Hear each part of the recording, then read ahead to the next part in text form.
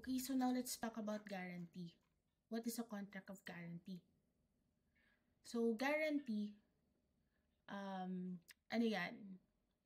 Parang collateral. Pero yung collateral, hindi lang bagay, hindi lang property, hindi kailangang mortgage lang, or pledge lang, or anti-crisis lang. Pwedeng tao.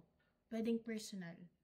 So, it could be personal, when guarantee is a credit given by the guarantor. Yung guarantor, yun yung tao that binds himself to the creditor to fulfill the obligation of the principal debtor in case the latter should fail to do so. Kapag real naman yung guarantee mo, yung guarantee ng creditor para ma-make sure na mabayaran siya ng pinautang niya is the property, whether movable or immovable. So, ano yan kapag pinahiram ka, for example, and medyo walang trust pa sa iyo yung nagpapahiram sa iyo, kailangan niya ng form of security. So, pwede nating sabihin yung guarantee parang security in a sense. Ganun talaga siya. Security talaga siya. So, pag para ma-make sure niya na makokollect niya and mas inclined siya na pahiramin ka, especially if big amount, then kailangan mong magbigay ng something para as assurance sa kanya na may hahabulin talaga siya in case of default. Diba? So, yun na naman yung concept ng guarantee. So, a contract of guarantee could be agreed upon by the parties. Merong contract. It could also be legal, wherein the source of the contract of guarantee is a provision of law. It could also be judicial. That is, if it is required by the court to guarantee the eventual right of one of the parties in a case. As to consideration, guarantee could either be gratuitous or onerous. So, if it's gratuitous, the guarantor does not receive anything for acting as the guarantor. If it's onerous, then there's a valuable consideration in exchange of acting as a guarantor. So, pwede ring single yung guarantee that is constituted solely to guarantee or secure performance by debtor of the principal obligation. It could also be a double or sub-guarantee constituted to secure the fulfillment by the guarantor of a prior guarantee. So, yun na double na or sub-guarantee. Meron guarantee, merong guarantor dun sa una, and then may guarantor pa yung guarantor. So, merong debtor, yung debtor may guarantor, yung guarantor may guarantor din. This is to ensure na talagang merong hahabulin si creditor in case of default of debtor, and if kasi may right of exclusion yan, di ba? Una, ipupursue of course si debtor, exhaust ni creditor na makapagbayad si debtor. If that fails, insolvent si debtor, wala na talagang mapipiga sa kanya, then there's his guarantor. Then, if nangyari din kay guarantor na hindi niya rin kaya, then meron pang sub-guarantor. So, that's a double or sub-guarantee.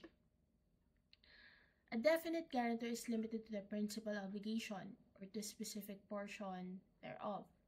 An indefinite or simple guarantee includes not only the principal obligation but also all its accessories, including judicial costs.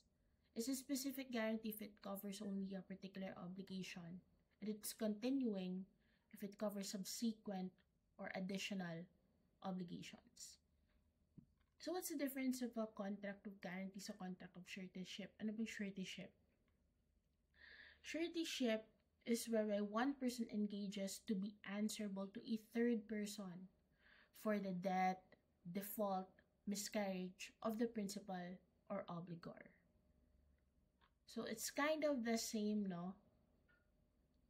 Contract of suretyship must be in writing to be enforceable. So it involves two relationships kasi sa suretyship. The principal relationship between the obligor and obligee, and then the accessory relationship between the debtor or the obligor and the surety.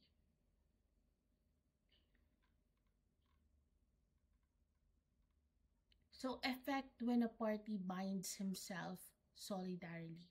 If a person binds himself solidarily with a principal debtor, the contract is called a suretyship, and the guarantor is called a surety. Sa suretyship kasi, meron talagang creditor, debtor, or obligor or obligee. Tapos, in case of breach, yung surety, yung guarantor. So, sa guarantee kasi, parang surety is a kind of guarantee. Yun yung pagkaintindi ko. Yun natin. In a solidary obligation, a solidary debtor is himself the principal debtor. Hence, a solidary debtor cannot be considered a guarantor of his co-debtor kasi rin siya debtor din siya doon. Ibig sabihin, pwede rin siyang i-pursue as debtor, principal debtor. Hindi yung uunahin muna yung co-debtor niya bago siya. So, pag solidary, any of them. Whenever applicable, the provisions in guarantee shall also apply to suretyship. However, it is also possible for a guarantor to bind himself solidarily with the principal debtor without affecting the nature of the contract of a guarantee. That's also possible. Thus, if the party does not intend to convert himself into a principal debtor but merely constitute himself as a guarantor, although binding himself solidarily with him, action may be brought against him outright by reason of the said solidarity, but he retains the character of a guarantor and all the rights inherent in a guarantor by reason of payment by him. So it can be reimbursed. So surety's right to reimbursement, surety who does pay the creditor has the right to recover the full amount paid and not just the proportional share from the principal debtor or debtors. Yun yung kinaiba sa co-debtor Sa co-debtor, liable ka din talaga dun sa obligation. Pag guarantor ka, liable ka, yes, pero pwede kang mag-go after sa debtor talaga. Pag co-debtor ka, you can't go after co-debtors kasi meron ka ring liability. Meron ka ring obligation. If ever, kung ikaw muna magbabayad sa iba, kunwari, marami kayo, ikaw muna nagbayad kasi solidary kayo, binayaran mo rin yung share ng obligation ng iba, may right to reimbursement ka as co-debtor but only as to their share. Kapag ka-guarantor ka kasi, you can ask for reimbursement of the full amount paid kasi hindi mo naman talaga utang yon. So, full amount. Wala kang obligation, wala kang liability, wala kang share dun sa kailangang bayaran. The surety who does pay the creditor has the right to recover the full amount paid and not just the proportional share. So what is the liability of a surety if, or rather, how do you phrase it? In a suretyship, the surety's liability is contractual and accessory. Kasi kailangan in writing, kaya may form, prescribed. Accessory only kasi merong principal obligation. Diba? But it's direct. It's accessory, but it is direct. Although the contract of surety is in essence secondary only to a valid principal obligation, his liability to the creditor is direct, primary, and absolute. He becomes liable for the debt and duty of another although he possesses no direct or personal interest over the obligations, nor does he receive any benefit therefrom. Hence, being an accessory contract, an extension granted by the creditor to a guarantor without the consent of debtor's surety does not extinguish the surety. Liability in suretyship is limited to the terms of the contract. A contract of surety is not presumed. It cannot extend to more than what is in the contract, in the stipulations. Kung ano yung nakastipulate doon, yun yung susundin. Creditors, however, may recover from the surety as part of their damages, interest at the legal rate, even if the surety would thereby become liable to pay more than the amount stipulated. So, kung ano yung amount stipulated, yun lang, unless merong claim for damages and interests.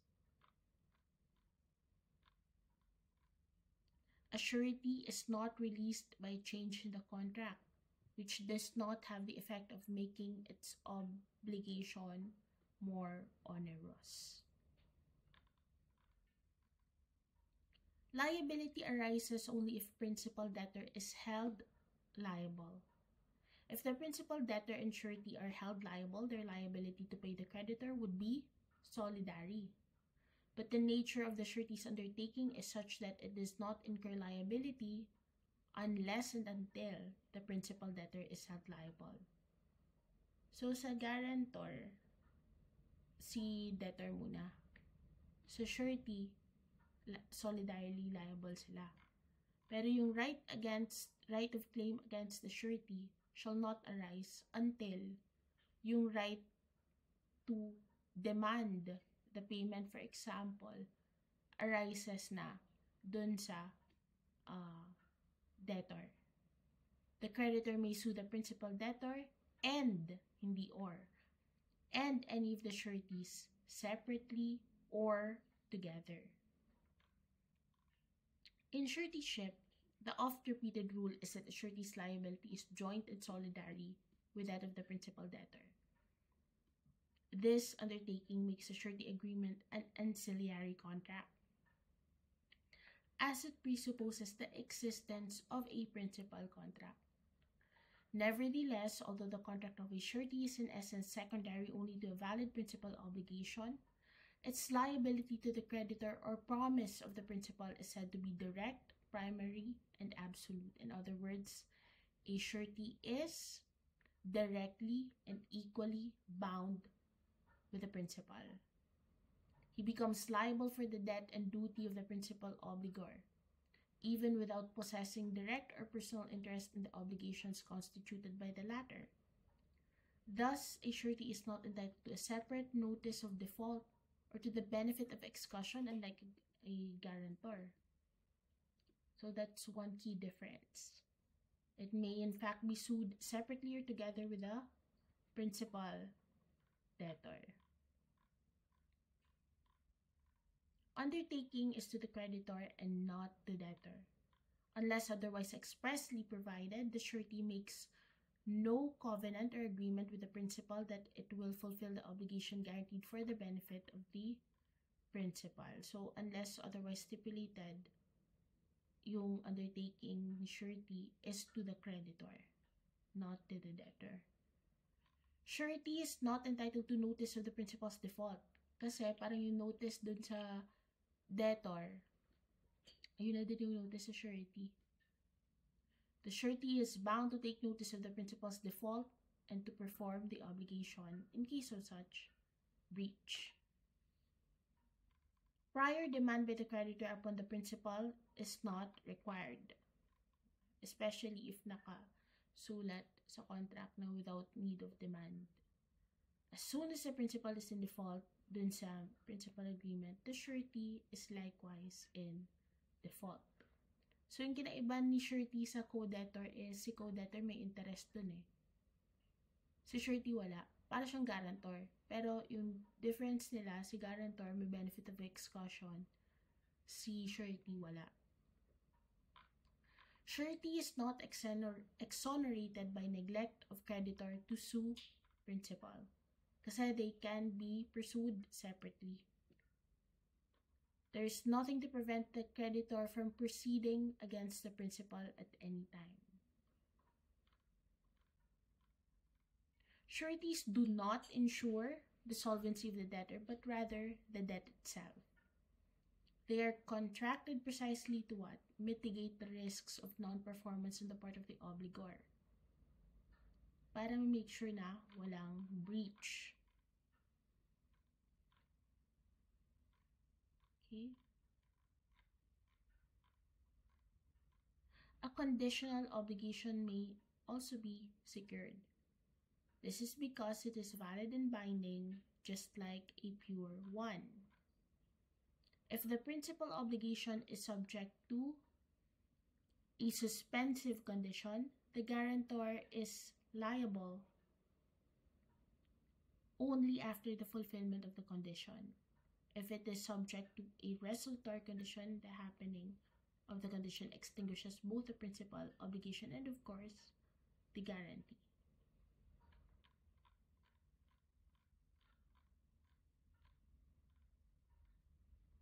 So, ano yung construction ng guarantee contract? It's strictly interpreted against the creditor in favor of the guarantor or surety. It is not to be extended beyond its terms or specified limit. What is the strictissimi juris rule? It pertains to an accommodation surety because the latter acts without motive of pecuniary gain and hence should be protected against unjust pecuniary impoverishment by imposing on the principal duties akin to those of a fiduciary. Except na lang in case of compensated sureties, the rule of interpretation pertaining to contract of insurance applies.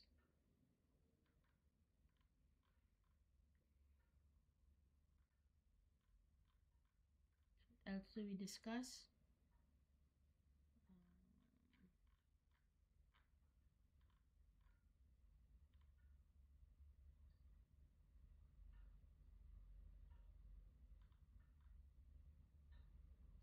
Sa guarantee, liability depends on an independent agreement to pay the obligation if the primary debtor fails to do so.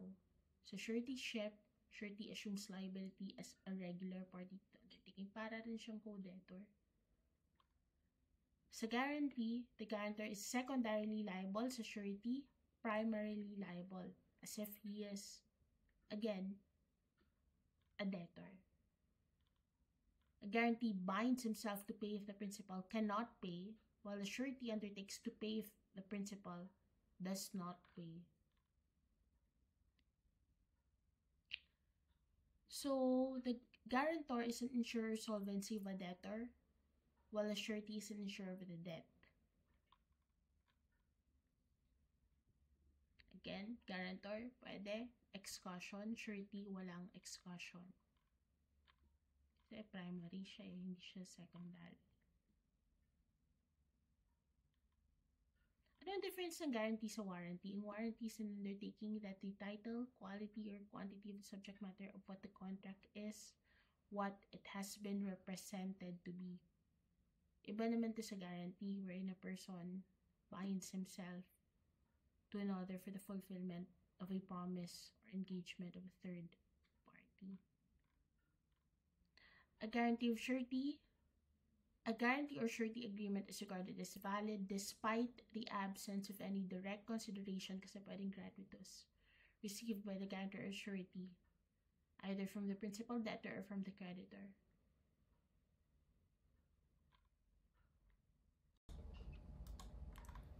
Okay, so now let's discuss double or sub-guarantee. We mentioned this earlier. It's one constituted to guarantee the obligation of a guarantor. So in case of insolvency of the guarantor, there's another guarantor, as explained earlier sa first part ng video. So guarantee of future debts, continuing guarantee or suretyship, not limited to a single transaction. We already discussed this earlier. Securing unliquidated debts. Future debts also refer to debts existing at the time of the constitution of the guarantee, but the amount thereof is unknown, and not the debts not yet incurred and existing at that time. So what is the extent of the guarantor's liability? Where the guarantee is definite, it is limited in whole or in part to the principal debt, to the exclusion of accessories. Pero kapag indefinite or simple, it shall comprise not only of the principal obligation but all its accessories, including judicial costs and other applicable costs. So what happens if there's a penalty clause? The penalty may be demanded in the proper case even if its value is more than the amount of the principal debt. Now let's go to the qualifications of a guarantor. First, of course, in order to be a guarantor, you have to have sufficient property to answer for the obligation which is being guaranteed. And the guarantor must possess integrity, of course, na mapagkakatiwalaan, hindi niya tatakbuhan, and the capacity to bind himself. So these qualifications, they are not continuing qualifications. They only need to be present at the time of the perfection of the contract. But ideally, it has to be continuing.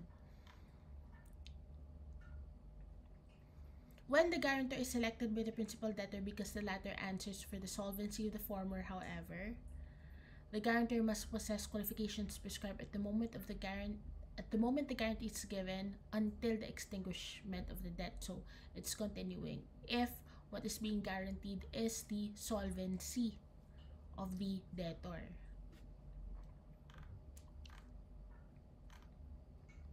So what happens if there's a loss of required qualification? Then it won't exonerate the guarantor. The contract of guarantee continues. However, the creditor may demand another guarantor with proper qualifications. They may waive it, the creditor, pwedeng may option siyang kumuha pa ng sub-guarantor or another guarantor or palitan niya. Pero the creditor also has a choice to still hold the guarantor to his bargain, the original guarantor that subsequently lost his qualifications. If a guarantor dies, his heirs are still liable to the extent of the value of the inheritance because the obligation is not purely personal and is therefore transmissible but only up to the extent of the estate. Because, again, hindi naman personal yung, personal naman obligation ng guarantee. Hindi magiging guarantor yung mga heirs, diba? But as to the estate, yes, it shall continue and chargeable to the estate. So acceptance of guarantee notice thereof by the creditor, it's necessary when there is merely an offer of a guarantee or merely a conditional guarantee requiring the action by the creditor before the obligation becomes fixed. It's unnecessary if the transaction is not merely an offer but amounts to a direct or unconditional promise of guarantee. So as to the selection of a guarantor, it could be required and stipulated by the creditor. It could be selected by the principal debtor. It could be personally designated by the creditor. And guarantor, again, has a benefit of excusation. Na-discuss natin yung excussion. So, yung debtor muna, pag hindi na kaya ng debtor, saka magkakaroon ng liability si guarantor. Different sa surety, kasi surety para talaga siyang co-debtor.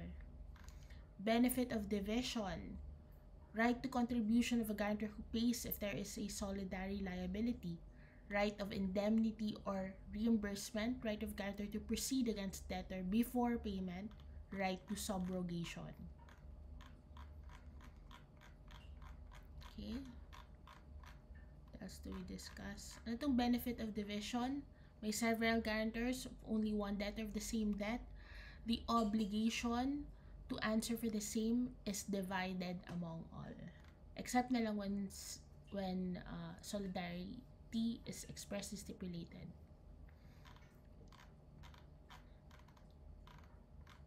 Reimbursement. Okay. What if there's a repeat payment by debtor? As a general rule, before the guarantor pays the creditor, notify muna yung debtor. Kasi, diba, yung debtor naman yung primarily responsible.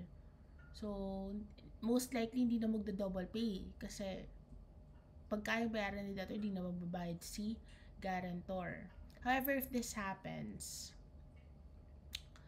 If the guarantor fails to give notice and the debtor repeats payment, the guarantor can only direct the creditor, and the guarantor can only collect from the creditor, and the guarantor has no cause of action against the debtor kasi nagbayad na si debtor eh.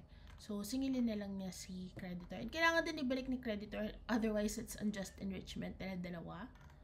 Diba? Di sobra-sobra na yun.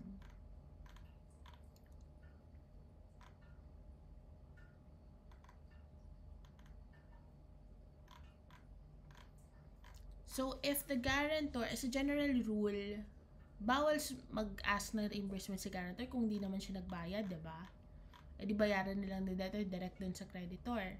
But there are exceptions, that is if the guarantor is sued for payment, if there's insolvency of the principal debtor, the debtor bound himself to relieve him from the guarantee within a specified period, the debt becomes demandable by reason of expiration of period of payment, lapse of 10 years when there is no fixed period for its maturity, unless it cannot be extinguished except within a period longer than 10 years, reasonable grounds to fear that the principal will abscond, the debtor is in imminent danger of becoming insolvent. This is the time when the guarantor may ask the debtor for payment even before it's due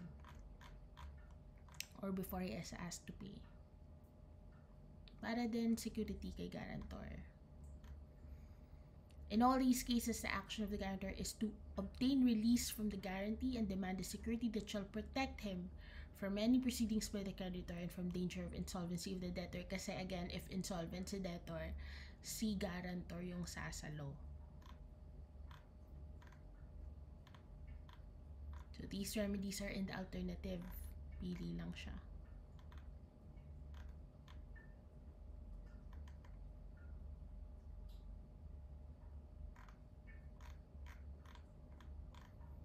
Subrogation. Transfer to the person subrogated the credit and all rights, pati the right to sue.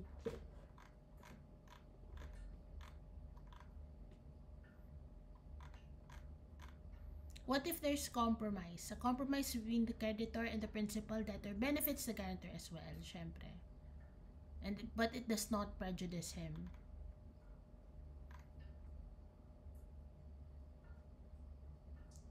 That which is entered between the guarantor and the creditor benefits but does not prejudice the principal debtor. That's also okay.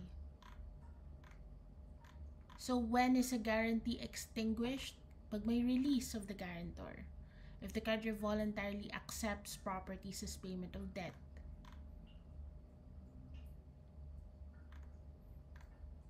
Whereby some act of the creditor, the guarantors, even though they are solidarily liable, cannot be subrogated to the rights, mortgages, and preferences of the former. Because the creditor must not worsen the condition of the guarantor. Of course, mode of extinguishment then yung extinguishment din sa iba, diba? Payment, loss of thing due, condonation, remission, confusion, merger, compensation, novation, annulment, rescission, fulfillment of resolutory condition, prescription. Of course, when the principal obligation is extinguished, then the guarantee is also extinguished. Extension granted to the debtor by the creditor without the consent of the guarantor.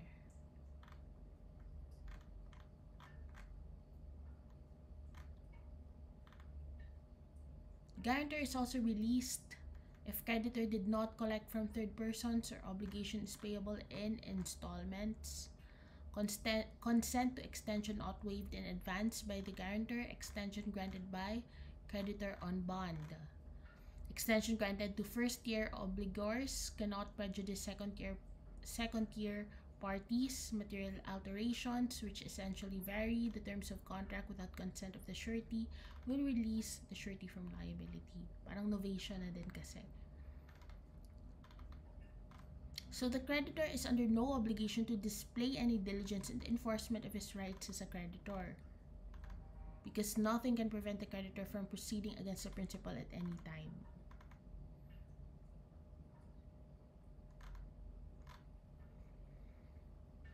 Of course, guarantors also have defenses against creditors, diba? So now let's talk about bonds. A bond is an undertaking that is sufficiently secured and not cash or currency. Parang it stands as a guarantee for principal obligation. So it's contractual in nature. So a bondsman is a surety offered in virtue of a provision of law or a judicial order. So same lang din ng qualification sa guarantor. Guarantor din siya. If the person required to give a legal or judicial bond should not be able to do so, a pledge or mortgage sufficient to cover the obligation shall be admitted in lieu thereof. So does the judicial bondsman have the benefit of excusation? No, they don't. Kasi para silang surety. So that's it for guarantee.